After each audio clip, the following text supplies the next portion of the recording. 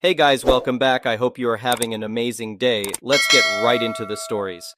The first one is an entitled people story. Let me tell you, when my wife and I bought our little house on the outskirts of the city, we thought we were getting our own private paradise. A decent-sized home with a huge backyard that backed right up to some woods. Perfect for us since we both liked our privacy, and I also enjoyed gardening and landscaping as a hobby. For the first couple years, it really was everything we had hoped for. Nice and quiet with no unexpected guests popping in unannounced. That all changed when the giant McMansion went up right next door. I'm talking easily, over 10,000 square feet for what ended up being a family of three. Seemed excessive, but hey, it wasn't my money being spent. At first, we were excited to welcome our new neighbors. That feeling disappeared real quick once we actually met who was moving in.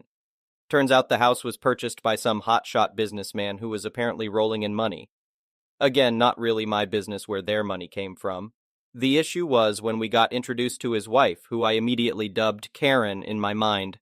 I'm talking your stereotypical snobby upper-class woman who looked down on anybody not in her tax bracket. The moment she started talking, I wanted to hightail it back into my house and lock the door, going on and on about how perfect their new home was and how happy she was to finally have some classy neighbors around that understood the importance of maintaining a high-end lifestyle and appearance. She kept making little digs at our perfectly normal middle-class home as if we should be embarrassed by it. Believe me, after meeting her, my excitement about having new neighbors was gone. Unfortunately, my hopes that she would just ignore our existence were quickly crushed. Despite her massive home and even bigger backyard, she seemed obsessed with using mine whenever she felt like it. And by using it, I mean she would send her gardener over to do work without even asking me.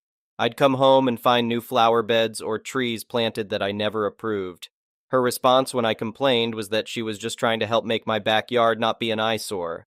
The tipping point came when I spotted a huge event tent being set up covering a large portion of my backyard. I immediately rushed over, telling the crew they had the wrong yard and needed to move everything back next door. They looked confused and said the homeowner had told them exactly where to set up. That's when Karen herself came strutting over, screaming at me to stop harassing her workers. Me. Excuse me, but this is my property they are setting up an entire event on. I never gave you permission to use my backyard, Karen. Ugh, don't be so petty. I'm trying to throw a sweet 16 birthday party for my angel and your yard has better lighting. Mine is just too small for what I have planned. Me. That's not my problem. You can't just take over my property whenever you feel like it for your parties. Karen. Oh, please, it's just for one day. I doubt you even use this space anyway, judging by the state it's in. I swear, some people just don't understand generosity when they see it. No matter how much I argued with her, she refused to budge, insisting it was too late to cancel the party now. I finally said I was calling the police to settle this and stormed off. I figured a trespassing call would get her attention, plus there was no way she had permits for a party this large. Karen seemed unbothered by my threat. The next day, it was like a small music festival sprang up in my backyard. A stage, lights, catering tents, a dance floor, the works.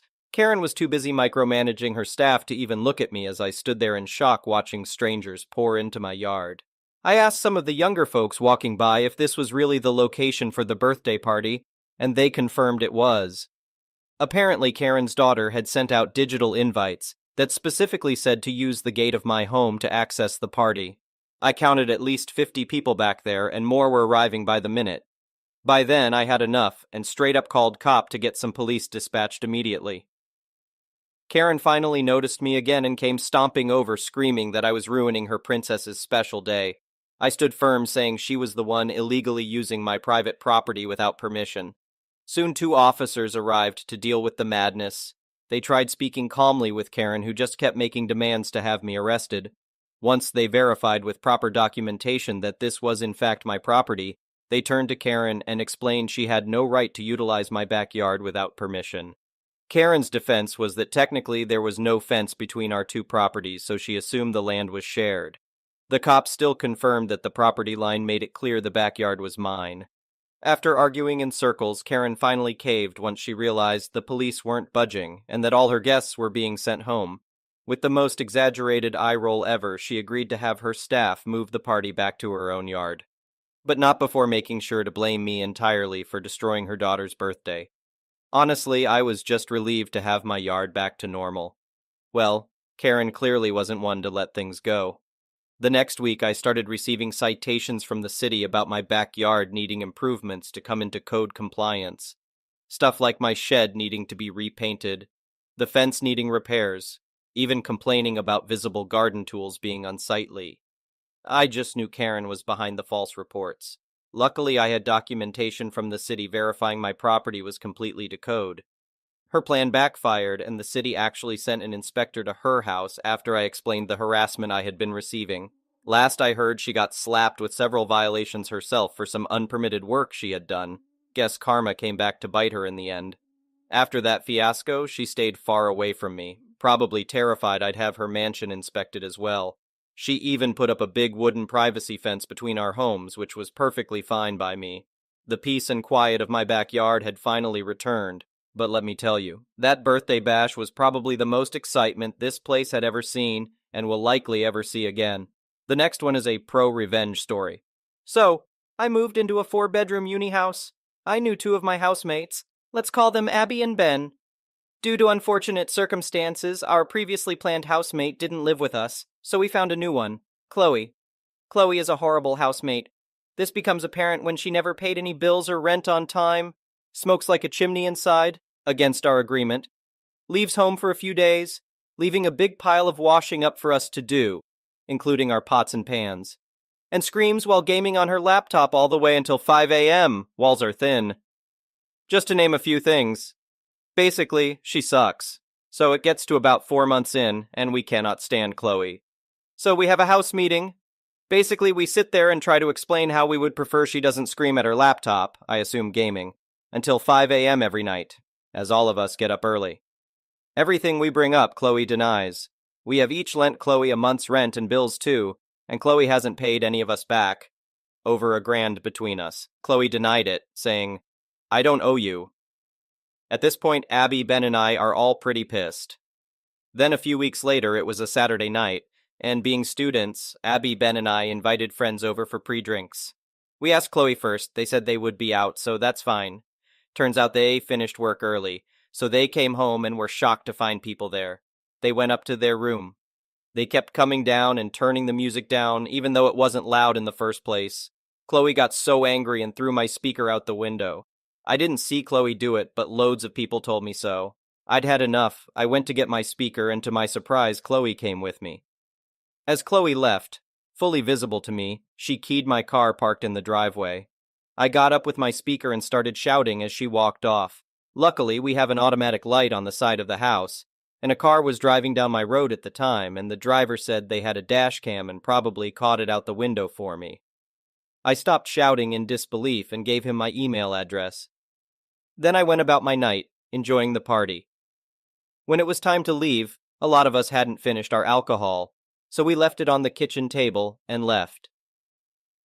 When we got back the next day and had sobered up in the morning, we found all the alcohol had been taken, along with the speaker, some headphones, and my laptop.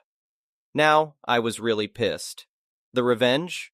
I logged into my housemate's laptop using my email. This guy had pulled through, sent me a small clip of Chloe keying the car, along with several close-up stills showing the key in contact. I first confronted Chloe, asking if they knew where my stuff was, while Abby and Ben secretly recorded on their phones. Things got heated and it looked like they were going to fight me. I am a big guy, 6'4", and am really not scared. I was basically just pissing Chloe off. Chloe then swung her fists at me a few times, making contact, but I didn't fight back. I put my hands and arms over my head and face. Chloe then stomped off, thinking she had won. Let me remind you, Abby and Ben were recording. I called the police, and they showed up. I basically told them I had a good reason to believe Chloe had stolen my alcohol and other possessions. They went up and knocked on Chloe's door, but she said, "Go away." They couldn't go in without a search warrant. I filed a report about assault and the things stolen, relating the two. The police were very nice, and basically told me how to fill it in. They came back the next day with a warrant for Chloe's arrest for assault and battery. They then searched her room and found all the stolen alcohol bottles, my headphones, which clearly were mine as they only paired with my phone, and my laptop and damaged speaker. I sued Chloe and won. I had indisputable evidence along with witnesses for all the events. I got around $3,000 for the car, speaker, and rent Chloe owed us, and an additional $5,000. Chloe went to prison for resisting arrest, assaulting a police officer, assault, destruction of property, theft, and battery. Chloe still had to pay rent for her room, which we used as a gym. The next one is a petty revenge story. My friend Stan has worked at the Valuation Office of Assessments, VOA, for his local council for the past 35 years. He's got a lot of stories, but this is my favorite. For context, the VOA is responsible for evaluating which council tax band a property should be on. The higher the band, the more council tax you pay. For those outside the UK, council tax is used to fund civic services such as schools, rubbish collection, and emergency services, etc. Which band you get depends on lots of different factors, but generally speaking, the more a property is worth, the higher the band is likely to be. Changes to a property that significantly increase its value, such as getting pools or extensions built, can sometimes mean a property has to be reassessed to see if it needs to go up a band. There was a woman, let's call her Mildred, who would regularly call Stan's office to report her neighbors for everything. Mildred was a typical nosy neighbor curtain twitcher who made it her life's mission to know everyone's business. Her hobby was reporting her neighbors to the police, HMRC, UK equivalent of the IRS, immigration, and of course the VOA.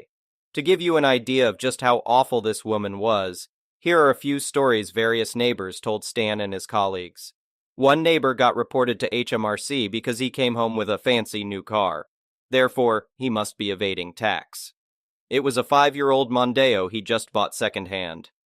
Another neighbor was reported because Mildred didn't think their child looked sick enough to be off school, so she reported them for truancy. The child had recently had an emergency appendectomy, and they were at home recovering, as per their doctor's orders. Everyone in Stan's department hated this woman. Not only did she add to their already heavy workload, but she was also rude, entitled, and generally unpleasant to talk to. She often exaggerated her reports to ensure somebody would be sent to inspect the property. Worse still, her reports often caused her neighbors to call and shout at Stan and his colleagues, understandably so. But what they hated most of all was that they were obligated to follow up on any report she made, and she never got in trouble for giving false or exaggerated reports. They knew she was just a mean old lady and they didn't want to enable her behavior. But policy was policy. Well, one day Stan drew the short straw and took a call from the dreaded Mildred. My neighbors at number 61 added a new bedroom to their house, and they got a new kitchen in with an extension, and he put up a new shed. I bet they haven't reported it, Mildred whined. I demand somebody reevaluate them immediately. If I have to pay my taxes, so do they. Stan begrudgingly sent a letter out to the neighbor at number 61, let's call him Bob, feeling very sorry for him. A few days later, Bob called, clearly fed up. Bob explained that he had checked with the office before getting the work done, and he had been told that the work was not significant enough to be reported, so he didn't report it. There was a note on Bob's account confirming this. Throughout the whole conversation, Bob was friendly and nice. He knew Stan had a job to do. When the inspector attended Bob's property, Mildred stared gleefully from behind her curtains. However, the joke was on her because the inspector uncovered that Bob's house had mistakenly been put on the wrong band for over a decade. He should have been on a much lower one. This meant Bob was due a massive rebate for overpaying his council tax for years. Stan laughed his arse off when the report came to his desk. He was delighted to call Bob and give him the good news. Here's the petty part. After the two had a good chuckle about everything, Bob told Stan he would use some of the money to throw a Big Duck You BBQ garden party. He would invite all his neighbors, except for Mildred. Bob mentioned he might get some banners made for the party that said, "Duck you, Mildred." But Stan warned him that could get him in legal trouble, so instead, Bob decided the banners would say, "Thanks for the money, Mildred," instead. So Bob threw his big flashy garden party, complete with banners he got printed, while Mildred seethed from behind her curtains, knowing she was responsible for Bob's sudden windfall. Mildred continued to report her neighbors for every little thing, so I guess she didn't learn her lesson. The next one is a malicious compliance story. So I had a job at the same fast food restaurant off and on for a total of 5 years, and in these years I have witnessed so many entitled parents, / kids and malicious compliance stories that I can write a book about it. I will start with this one. Also, sorry for some bad grammar. Some backstory. I started my job the same moment the restaurant was set up, so in these years I got to know a lot about the company itself and knew most of the locations. I also knew that our restaurant was the northernmost restaurant in the country, and the province next to us, let's call it Province L, had no restaurant within the franchise. Not every employee knew this, but I did. I also knew that when we had new products that needed to get tested by the community, this would be at restaurants in the capital of the country, capital restaurants, and my province and Province L were nowhere near these restaurants. Because of my experience and bond I had with employees and customers, the managers knew that I did not need help with crazy customers, only when I called them. On to the story. There was a new vegetarian option tested only in the capital restaurants. Not every customer knew this, so when they asked for the product, I explained that we were not part of the test group. I always got a good response to this, until this happened. On a not-so-busy night, a young Karen walked in and bolted for my cash register. The conversation went something like this. Me with a polite tone. Welcome to Name Restaurant, how can I help? Karen. I want your vegetarian option now. Me. Sorry, miss, only the capital restaurants belong to the test group. Sadly, we don't serve this option yet. Karen screaming, you are lying. I had it yesterday at Province L, and they told me it was served everywhere, so I want it. And since the customer is always right, you need to serve me what I ask. And that's where I placed my trap card. We cashiers get yelled at a lot, but since I knew that she was lying or mistaking us for another restaurant and yelling, I decided to play along. Me, oh, I'm so sorry, I was confused with another product. I haven't had the sandwich yet. Is it any good? Karen, I really liked it, and I'm happy that you finally have a vegan option for the sandwiches. We already had that. Me, I see, there is only one problem. You see, I know for a fact that Province L doesn't serve any of these sandwiches. Even better, none of our restaurants are in Province L. Karen's face became red, but not from shame. Oh no, from anger. Karen screaming, don't have that tone with me, I want to speak to your manager.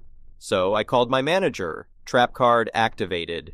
You see, I knew that my manager was in the kitchen out of a few from customers, and I knew that when Karen started screaming for the first time, my manager would listen in. Manager with a large grin. What seems to be the problem? Karen, your employee has an attitude. I want a discount. Me. Karen wanted to order the vegan option that she ordered at our restaurant at Province L. Manager grabbed his phone and showed Karen the list with all the restaurants and all the provinces. And what a surprise, Province L was not on there. Manager.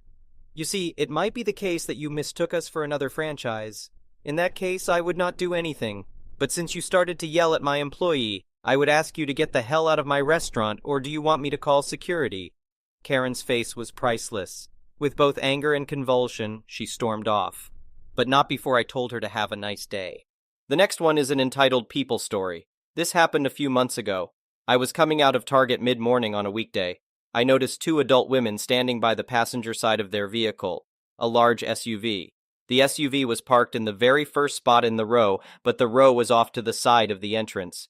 There were 2 spaces between their vehicle and mine. The cart return was 2 spaces over to the right of my vehicle, on the other side of my vehicle from the SUV. One of the women, the younger one, was putting a toddler in a car seat.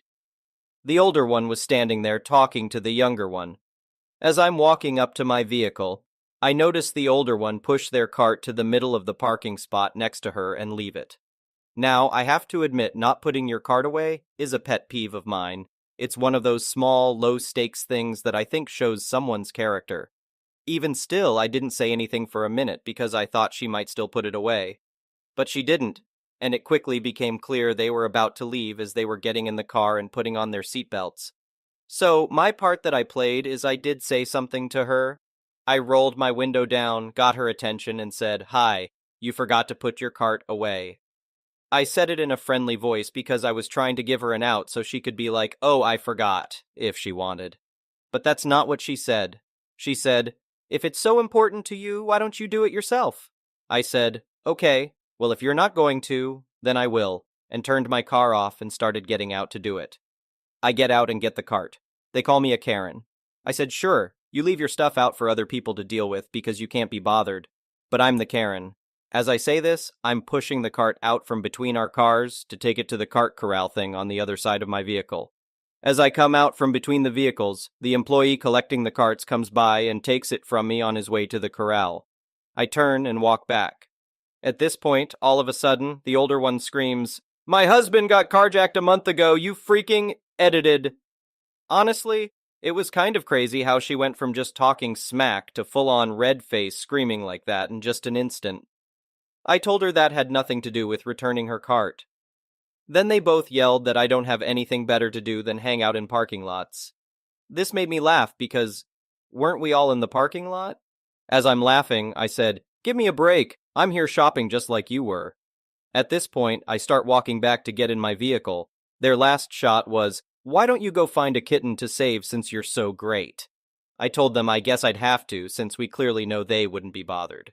Then I called out, "Sorry you got caught being an edited person." They flipped me off and drove away. Thank you for watching. I would really appreciate it if you could like the video and subscribe to our channel if you haven't already.